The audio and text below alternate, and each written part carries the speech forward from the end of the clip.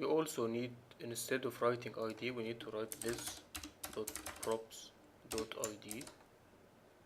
And for the enhanced my profile form, we need to rename this id to be props dot profile dot underscore id, because this is the structure that we are getting from the backend.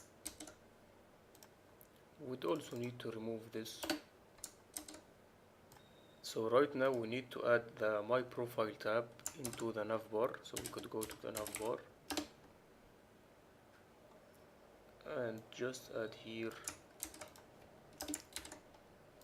my profile.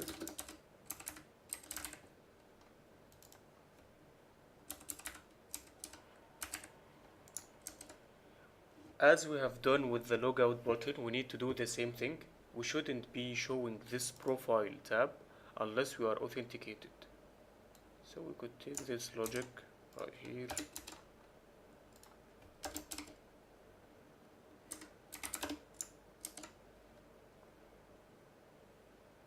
And as you remember, in app.js we have previously added the profile path, which correlates with the my profile component. So this step has previously been done. Another thing that we need to do is, while requesting our API to give us our data or edit our data, we need to provide it with an access token. If you remember, the API gives us an access token when we log in, so we need to use this access token while requesting the edit my profile API and get my data API. So what we could do is go to the data service and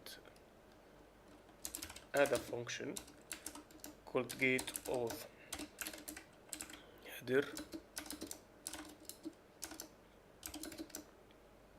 which would return a header object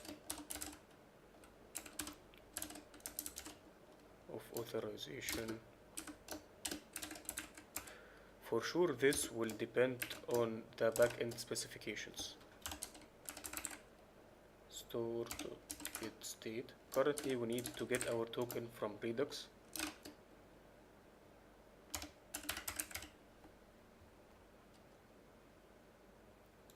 And we could use this for both of these APIs, headers.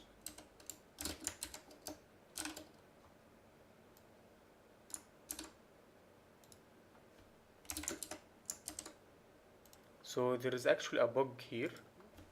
This link is wrong. It should be like this.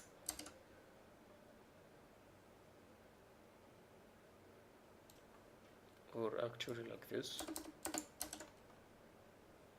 So right now if we check our profile tab, it should be working.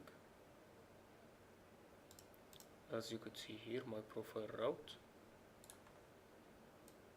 It is not showing our data, but let us check if the API is actually working.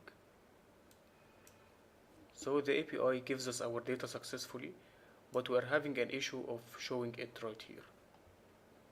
So this is because we are not mapping properly these values. This should be props dot profile dot email, and this should be props dot profile dot name.